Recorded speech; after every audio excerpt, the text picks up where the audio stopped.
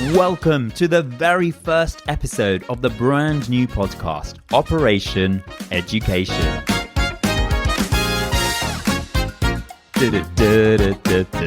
I cannot help myself. This podcast is all about immersing ourselves in conversations to do with pedagogy in the classroom, culture in our schools, leadership, and the wider educational landscape.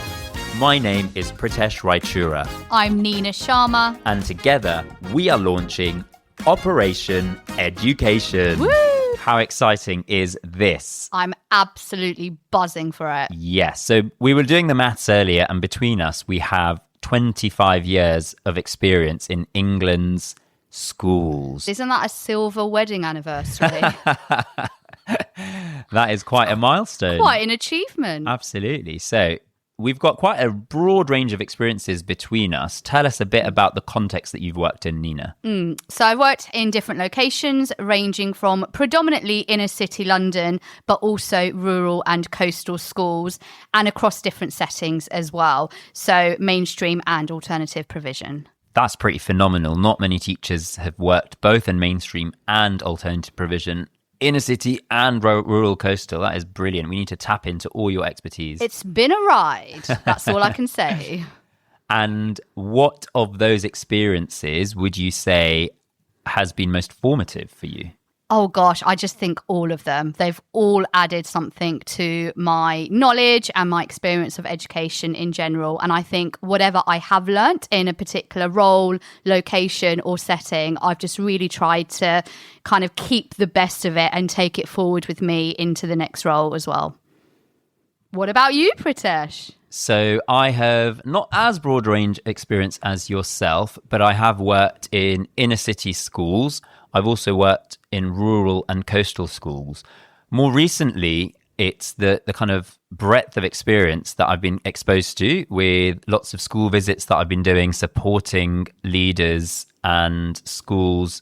And that's taken me all over the country in recent months. So I've spent time all the way up north, down south, west, east of England, Midlands, and The whole shebang. And that has been really eye-opening for me because it's, I guess when I think back to my impression of schools and school experiences, when I was at school myself, / in my early kind of teaching career, I think I used to hear a lot, particularly with colleagues that were on my training course with me and all going off to different schools, is I would hear a lot about the amount of disruption, unfortunately, that was happening in schools all over England.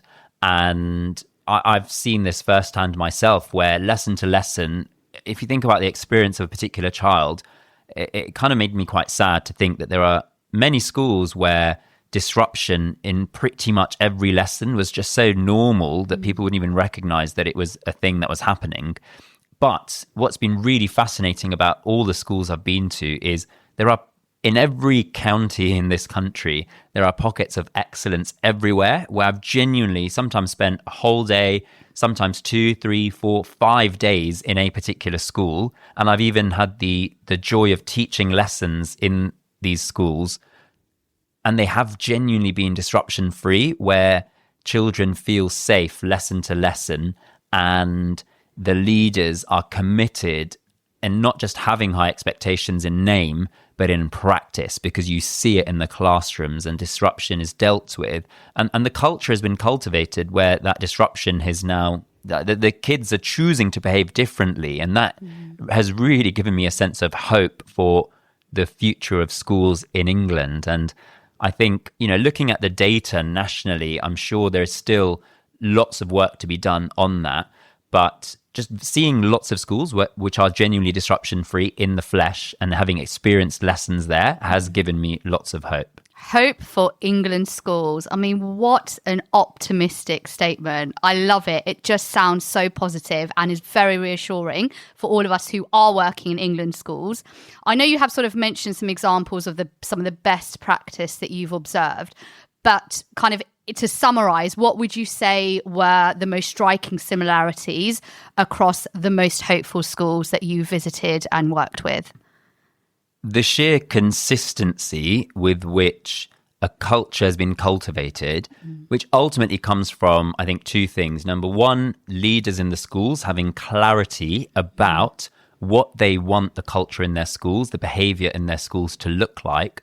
And number two, making sure that the pupils in those classrooms, that vision is delivered for them. And so it's about that, having a really clear, consistent system in place, which builds a culture that leads to disruption-free learning, where classrooms are not interrupted by, pupils misbehaving. And I think the thing that unites all of them is not only the clarity at the leadership level, but then the training and the consistency that's achieved in what goes on day to day in the interactions with the kids. And I think that when I'm saying that, I guess my hesitation and worry is it can sound like that's quite cold, and it can sound like that sounds very systems driven and, just no disruption in these schools. And I think that the truth is very different to that impression. And I think that, all teachers and leaders want schools to be warm, joyful, loving places. And I think it's important to recognize that the foundation of joyful schools, of warm schools, of loving schools where kids are enjoying learning, making friends, making memories for life, the foundation of that has to be that the kids feel safe in their lessons and they feel like they can learn. And we just know the importance of consistency in achieving that. Your experiences here will be really, I would love to know a little bit more about what you think the impact of that kind of consistency in achieving clear behavior expectations are, and how that links to warmth, given the range of settings that you've worked in. I think you're absolutely right that kind of the end goal or the ultimate vision is we want our classrooms and our schools to be the warmest and the most joyful and positive places. Not only is that just a much more pleasant environment for staff and for students, but that is also what's going to support our kids and set them up for true success as well. So that's what's the most desirable. But understanding, acknowledging, accepting that the only way to get to that end point is by having that foundation of all of the things that you've kind of mentioned. And I think there needs to be real great kind of emphasis on this. And I know you said things like clarity, which is key, right? And that kind of shared vision, but also communication. I'm sticking with like the C theme here. So you've got like clarity, but you've got that real explicit communication of standards that's constantly repeated, reinforced, revisited. And I think it's the consistency of the implementation, isn't it? So, the 3 C's, if you will. And that's what builds culture. Oh my giddy aunt. Wow. Boom, we've done it. That's it. Let's stop right now. Let's make a cup of tea. Let's retire. Job done. I didn't know you loved alliteration so much, Neena. Well, then I think you're in for a lovely surprise and a treat in episodes to come. I've actually got a bit of a serious problem. I've got an addiction problem. I just can't help but be addicted to alliterative phrases. You realise addicted to alliteration is also... I actually didn't. I love it. I do it completely unintentionally now as well. This is how deep-rooted this problem is. Okay, while we're on the A's, let's segue into talking about attention, because I love it. That is the foundation. You're stealing my thunder here. I'm sorry, but I'm not sorry. It's just the influence I have. Sorry, not sorry. The attention is the foundation for really securing the best, strongest classroom environments, because fundamentally, if the pupils aren't paying attention, then nothing can progress in the classroom. They can only learn what they attend to, right? So they need to be paying attention in the first place. Everything else is futile. Yes. So in this episode, I want to focus in on the attention and how you get the attention of a class. Now, there are some schools that I visited which have one consistent, clear call to attention, which is something to the effect of a countdown like 3, 2, one and then ending with some sort of acronym or word, which then signals to the kids, right, you're going to stop doing whatever you were doing previously and listen to and attend to this new input. Is it important, first of all? And if so, why is it important to have a consistent cue or to have a cue at all within these schools? So as you were speaking, I was just thinking, well, obviously, it's imperative to have some kind of signal or cue that indicates to the kids that they need to stop what they're doing and pay attention. Like, how on earth could you operate and function in a classroom as a teacher without having that tool? But then I've also remembered that I have spent several years in my career, particularly in the early stages, where I didn't have access to that. And I think this is the first time in a very long time that I've actually recalled that. So now I'm just trying to rack my brain to remember, well, what did I do instead? And I just don't think it was very effective. What can you do in the absence of that? So if the class are engaged in a task and you need them to stop and pay attention, you don't have a clear, consistent signal or cue, then all I would do is probably just project and raise the volume of my voice even louder to be heard. This might shock you to know, but I have quite a, loud, natural sounding voice. Some may refer to it as a foghorn. No way. Right? I know. What are you on about? Exactly. But, there we go. So, but then for me to have to raise that even louder just to get the attention is obviously very jarring. But even doing that isn't always resulting in the kids being silent, which just meant that I would get increasingly frustrated. And that's just not a very pleasant or positive learning environment. But that's pretty much how I lived my life as a teacher in those first few years. But that's what happens, isn't it?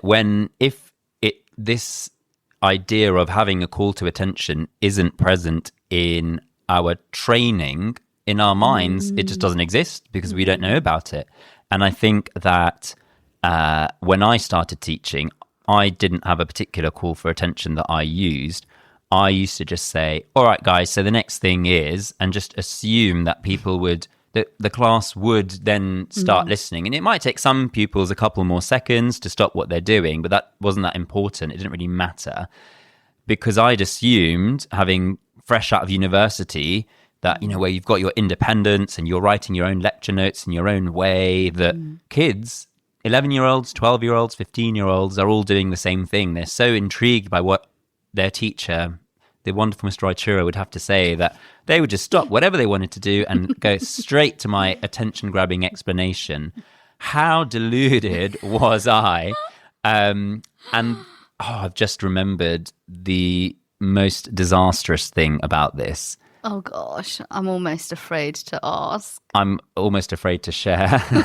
Go on, because you've started, so you need to finish. Okay, so when because I wasn't very good at getting the attention of the class, often kids would talk over me during my explanations. I used to eventually resort to just saying shh quite a lot.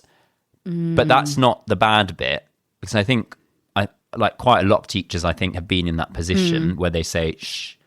But I was so used to saying shh to my classes in random conversations I'd have in the staff room with friends or family. With adults? With adults, I used to just say shh without thinking about it in the middle of my sentences. I would love to know how they'd react or respond to that, because I'll tell you something for nothing. If you ever try to do that during one of our conversations, it's not going to end well for you. But it wasn't like, I wouldn't just say shh, like at them. It would just come out in between my own words. So it's like I would be saying shh something, and in the middle of my sentence, shh, because it's while I was speaking that I'm shushing. I'm not shushing at them. Because it was a habit that you formed. This is it, because I'm shushing the class while they're speaking over me. But this is how bad it was. And I just remembered that, and that is slightly mortifying that happened. That is very embarrassing. So what I have gauged then, so for me, it was about raising the volume of my voice louder and louder and getting increasingly frustrated but getting nowhere. And with you, it would just be talking at the class regardless of whether or not they're paying attention, and just continuously repeating your instructions, chucking in a few shushes every now and then. And I've just remembered another technique, which is where the teacher just raises their hand, and then the expectation is, like, just silently, that the kids follow suit. But again, I think that can really vary in terms of effectiveness. If the kids are really engaged in a task, particularly something discursive, and they're not necessarily facing the teacher, then you could be standing there with your arm raised for quite a while. I think really the bottom line is this: whichever tool or technique you're trying to use, which is not that clear signal or cue for attention, you are just wasting such valuable learning time. And that's really the crux of it, isn't it? Yes, because the purpose of a classroom setting is you want as much learning to take place as possible. And what's fascinating about what both of us were saying, and with our extremes of whether that's kind of talking over the kids or getting louder, we as the teacher end up feeling a bit more frustration in the class. And that is taking us away from our ultimate goal, which is the joy and the warmth and the love. Like, exactly. If we're frustrated because we're not quite getting what the kids in the right habits, then it's almost like it's something that is within our control as teachers, but we're getting frustrated with the kids, but we haven't set them up for success in the first place. And that's not conducive to the warmth that is our goal. So almost coming full circle, the joy from a classroom, we said the foundation is attention, and that's because it prevents us becoming frustrated at ourselves as teachers and kind of almost inadvertently or subconsciously blaming the children in our class for not paying attention and not being attentive enough when we haven't been clear with them in communicating our expectations. Are you proud of how many C's I just got in there? Clear of communicating our expectations. You're just spending too much time with me. It's clearly rubbing off. I love it. And also what you said, if the fundamental purpose of classrooms is for learning to take place and for kids to make progress and achieve, they're not going to do that if there's so much of that learning time that's being wasted. And you're not going to feel particularly joyful if actually you're not learning much and not making that progress or that achievement. So all these things are interlinked and connected, I think. Exactly. So let's dive into then what a good example of a call to attention can look like and how we can make sure that it has the desired effect, because call to attentions can vary in how effective they actually land with a particular class. So let's start with examples of what we mean. And I think, like with everything in teaching or in any type of delivery that you're doing, really in any context, whether it's education or outside of it, it's about the content, the language, the words that you're using, but it's also about the delivery, isn't it? So it's almost like we need to break these down individually. So let's focus on that call to attention itself. What kind of examples could we use? Okay, I like that. So let's start with the content and just focus on the script first, and then we can talk about the delivery. But I'm really excited to talk about delivery later, because voice, the use of voice, is something that I think is often not talked about enough in classrooms. And you in particular, your use of voice in the classroom, I've been lucky enough to observe you, so inspiring. And I always have so much to take away from your use of voice amongst hundreds of other things. That's something I really looking forward to digging into later. But let's start with the actual call to attention. So one of the most common ones that I have heard, there's all sorts of acronyms that might go at the end, but I think there's two parts. It's a countdown into some sort of acronym or phrase that just reminds students of what the expectations are for what happens at the end of that countdown. Okay. So it might be something like 3, 2, 1, star. So countdown, then phrase. Yes. So say we look at star. So each letter of that word star stands for an individual phrase itself. Yes. Which kind of communicates what the expectation is for the kids. For example, whether it's star or anything else, and I know there's a plethora of them, it is usually sort of like sit up straight or sit up tall, for example. Yeah, right? sit up straight so that you're not slouching. Yeah. T could be tracking the teacher rather than, head on desk or staring out the window. A is usually something like answer questions, particularly in full sentences, to promote that thinking for late. So it's ready to answer questions in a way. And the R is for something like respectful listening of some sort, so that if someone else is going to contribute or the teacher's about to speak, that we're not speaking over them or interrupting them while they're speaking. So that's a kind of example of like concrete expectations, because if you just start saying 3, 2, 1 without explaining what you want at the end, it'd be quite confusing for the kids. And it's not like the kids are going through that sort of thought process each time. Oh, what does each letter stand for in star or whatever else it might be, slant or focus. You front load that early on, and then they just know instinctively in terms of how they should then be responding to it when the teacher calls for it, essentially. Exactly. So it's about teaching it early on, but then it's the habit and the automaticity of it that is built. And that answers the point about why it's so important to have a consistent cue, not only for yourself in all your lessons, but across the school.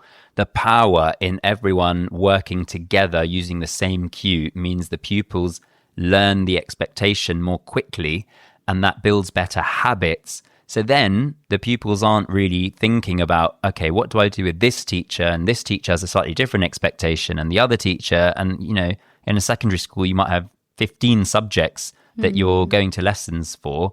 And if every single one of them had a slightly different cue, it streamlines that, and it just makes it much easier. How cognitively overloading and stressful for kids to go into, for expectations to vary just depending on which classroom, which lesson, which teacher they're having. Yeah, I mean, imagine you're allowed to do one thing in one class, and then you go to the other class and the teacher tells you off for not meeting the expectation, and you're like, but in this class that was fine, like 5 minutes ago it was okay. 5 minutes later, in the same school, this is not okay. It's the same behaviour. And of course, that's going to generate like a sense of, and it's legitimate, isn't it? Kind of unfairness and resentment. And then we are a million miles away from those warm, joyful, positive classrooms that we are all aspiring to achieve. Exactly. Okay, so that is the call to attention itself, the script as an example. But I know I've heard of things like tracking me at the end or, whatever it might be. It doesn't really matter as long as it's consistent and clear for the kids. Then let's focus on the delivery of the cue. Is this where you're channeling your inner actor skills as a thespian? Absolutely, unashamedly. So I'm going to share 2 examples, and I want you to help me unpick these 2 examples, because these are ones that I commonly hear. Okay. So first one is something like, I'll use star in my script. So I'll say 3, 2, 1, star is my first example. Okay. My second example is 3, 2, 1, star. There we go. Okie dokie. First impressions? Don't quit your day job anytime soon. Thank you very much. Yeah, welcome. First impressions are, right, there's probably a few things to pick out, but for me, what was most striking was 2 key differences in particular. So with the first one, and just to reiterate, the script is identical. The language and words exactly the same, but the impact and the power is all dependent on the delivery, and you delivered them both in very different ways. Firstly, in example number 1 with the countdown, it seemed like you kind of elongated those numbers. And then it resulted, after that sort of elongated numbers, you had with the star phrase, and this is where it seems like quite technical. So if we almost take a step back and think about voice as a whole, voice is almost like an umbrella term. There's so many different kind of elements to it. And I think it's important to be granular and break them down. So we've got volume, pace, pitch, and tone. And the problem with example 1 is, firstly, you're kind of elongating those numbers. You're really sort of stretching them out. So it's something that is quite easy just to sort of ignore. They're not punchy and attention grabbing. And when you said star, you had this upwards intonation. So the tone kind of went up, the pitch was higher. The problem with that in this context, I'm not saying never have upwards intonations for things, but in this particular context, the problem is when you do have an upwards intonation or a higher pitch, even if your intention is to make a clear, definitive statement, it actually ends up sounding like a question. And when we ask questions or we say things with the tone of a question, it just makes us come across as a bit unsure, uncertain, and hesitant. And if we're not saying it in a convincing way, then actually I think it's really unfair to expect the kids to respond how we would wish them to. So the opposite of that then is staccato and downward intonation. Exactly. So and staccato kind of meaning just very kind of short and punchy. So instead of 3, 2, 1, staccato means 3, 2, 1.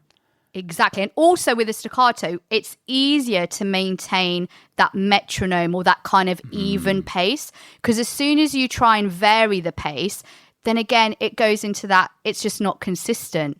So the kids actually will have no idea how long it's actually going to take you to get from 3 to 1. So that even pace is crucial. And I think the easiest way to achieve that is through having that staccato, that punchy countdown, as opposed to elongating the numbers. This is so helpful for if I was listening to this when I first learned how to do countdowns. This is just so clear, and I would, I think practicing this has been really fascinating, and doing practice with teachers that I've been working with, it's fascinating because the first time you try, I'll try a downward pitch, downward intonation and staccato, and it's not easy to get right the first time. No. But once it becomes habit, the impact I have seen in classrooms where teachers have been using a cue for a while, but to switch to having the downward intonation, 3,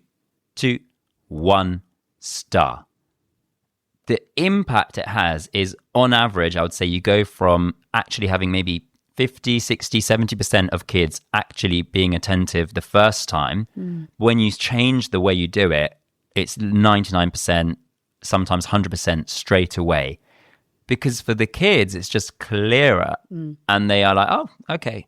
And you've not even said anything. You've not explained to the class anything different. It's just the delivery that has changed. And firsthand, seeing the impact of that transformation has really, for me, reinforced just how important and powerful voice is as part of communicating expectations with pupils. Yeah, exactly. And there's a couple of things I wanted to pick out. In particular, you said about it kind of becoming like, if it's the first time you're trying this out as a teacher and it's a change or a difference from your usual practice, and you mention about the importance of habits, like you do literally just need to practice it over and over and over again. And I know that when we've been working together, coaching some teachers, we've had some feedback about, people saying, oh, I tried it in front of my dog, for example. And someone else said, yeah, I tried it in front of my wife, but she wasn't impressed. And I think your phrase was maybe practice on pets and not partners. Yes. But I think, I digress. I think whichever works for you. But fundamentally, it is about that practice.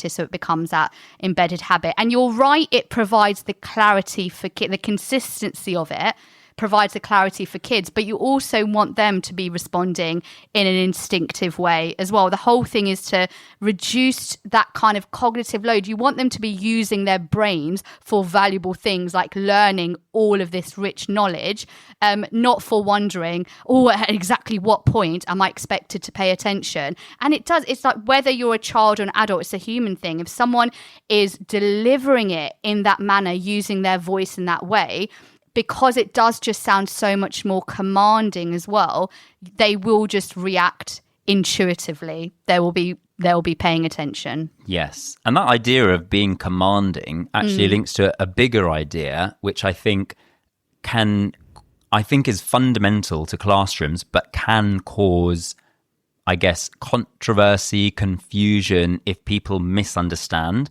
And that is the word authority in the classroom. Drama. Did you just go there and did. say the A word in our first episode? Absolutely. That's another A word for you. I think I've got the hang of this alliteration thing, haven't I?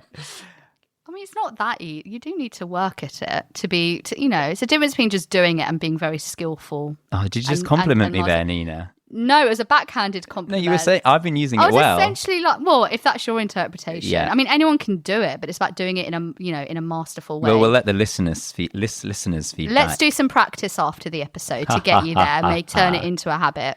Practice on partners. Did you notice practice on partners, not pets, is also alliterative? Of course, that was my only intention of saying that. I've no idea if it's actually a worthwhile phrase, but alliteration meant I've just got to say it. But we certainly don't want divorce rates going up after this episode airs. So no, I'm worried about responses to the A word, so I don't want to be, causing the D word. All right, let's go into the A word then. So okay. Authority. So it can be easy to conflate authority with authoritarianism. Yeah. And I think teachers should and do have authority in their classrooms. And all that means is they are the one who is setting the culture in the room. And it's their duty to set the culture in the classroom. Because if you don't set the culture in the classroom as the teacher, somebody else will be setting the culture. And the worst possible thing to happen in a classroom is for that culture to be set by pupils who might be unkind, for example. Yes, okay. So right. Just to exemplify that, if a kid in the class gets an answer wrong and someone laughs out loud at it and we do nothing about it in that moment, that child is creating the culture in that room. Whereas if the teacher addresses it because they are the person in charge, they are the one setting the culture, they can say no to that culture. That is not the culture we have in this classroom. This is the culture we have. What are they doing in that moment when they are doing that, when they're addressing that? They are being the authority. They are the ones saying no to being unkind. This is what I want and expect from everyone in this room instead. And I think authority just describes that thing that I think no one would disagree that a teacher should avoid addressing that kind of unkindness. But I think we've become uncomfortable with the word authority, which can then, I think, end up being a hindrance because then teachers feel a bit disempowered or scared to set culture in their rooms. And I think it's important to remember that teachers, you do set the culture in your room because you are the authority in the room, and that is something that we should embrace rather than to reject. Love it. And I think also, when we use the word authority, particularly in education, we might think about fictional characters, because Miss Trunchbull came into my head just then as well. But actually, you can have benevolent authority, and that's what the teacher should embody. They are the adult, they are the professional, they are the expert in the room. And I really like what you said, that if we're not comfortable with this idea of being in charge of our classrooms, it creates that vacuum of leadership that someone else will fill, and it's likely to be, some of the more undesirable children that we wouldn't want kind of running the show. Yes, and I think it's important to add there that those children are not in and of themselves like bad people who are then, destroying the culture. It's, all children might make bad choices now and then. Exactly. Because what do I mean by a bad choice? It's a choice that has a bad effect, a negative effect on their peers.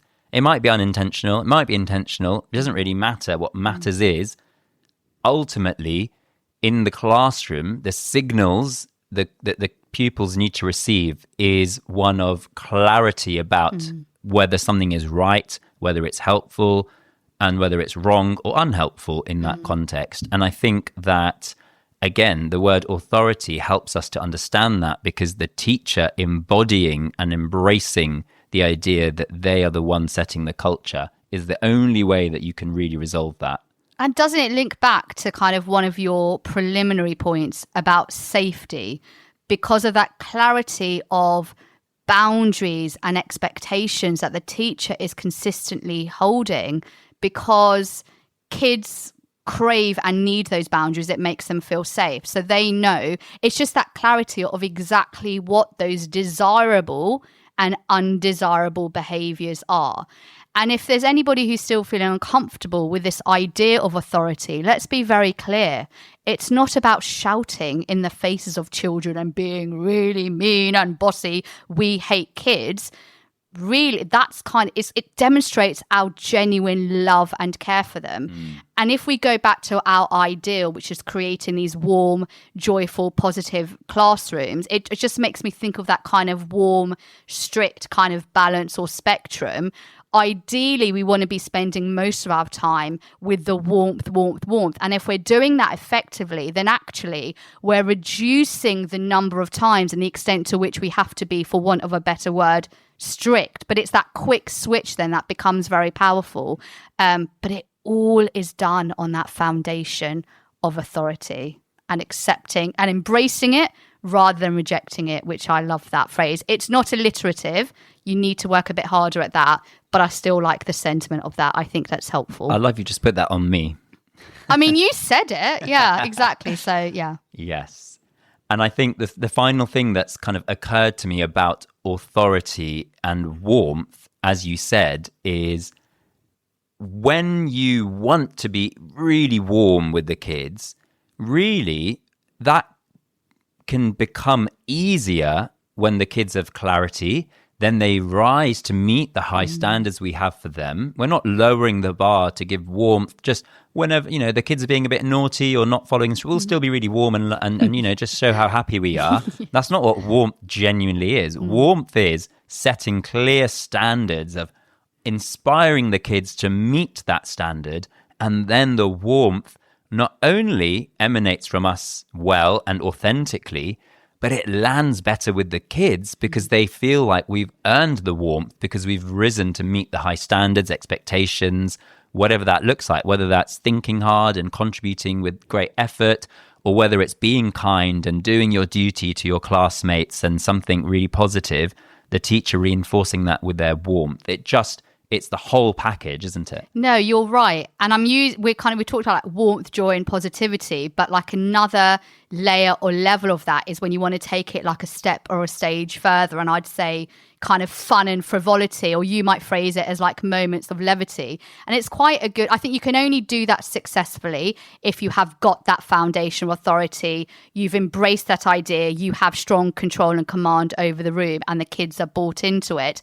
But I think it's also a useful litmus test of how much you actually have that class in the palm of your hands. Because if the culture in there is strong enough and you want to be a bit silly for a moment, but you can bring them straight back to task immediately and crack on, then yes, I've nailed it. But actually, if it doesn't land well and it descends into a bit of chaos and carnage, then I think that's a good kind of indication to teacher, right, like there's some more work to do here. And that's something we definitely will come back to in a future episode. For sure. So, to wrap up, call to attention is crucial, like the C's there, for making sure that pupils have clarity, that we are communicating with our voices, with our staccato, downward pitch intonation, with a really clear call to attention. And that this really links to building authority.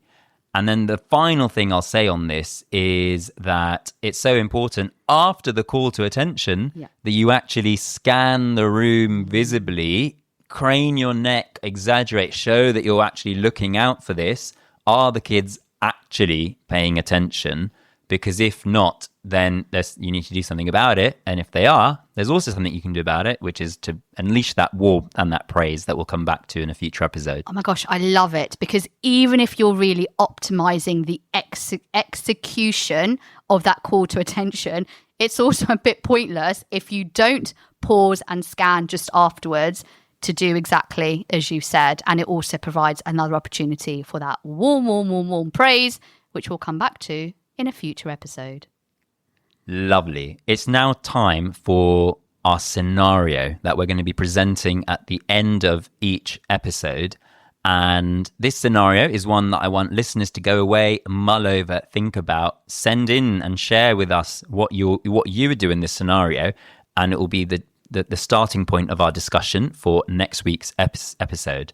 So, Neena, tell us, what is the scenario we're going to get listeners to think about this week? Right. So, imagine you're a teacher in the classroom.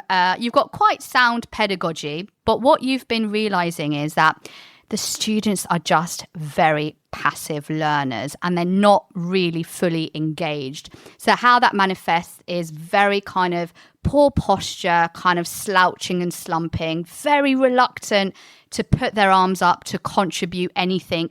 They're just scraping by doing the bare minimum. So fundamentally, you have achieved a level of basic compliance, which is good, but there just isn't that real inner drive, motivation, and buy-in. How on earth do we remedy this? What a question. How can we... There's more those kids can give, but they're just not giving it yet. How do we tap into that missing potential? That is exactly what we'll start discussing in our second episode next week of Operation Education. If you would like to share your answers to the scenario/question, or even want to suggest a topic for a future episode of Operation Education, then get in touch. Email me on pritesh@bunsenblue.com.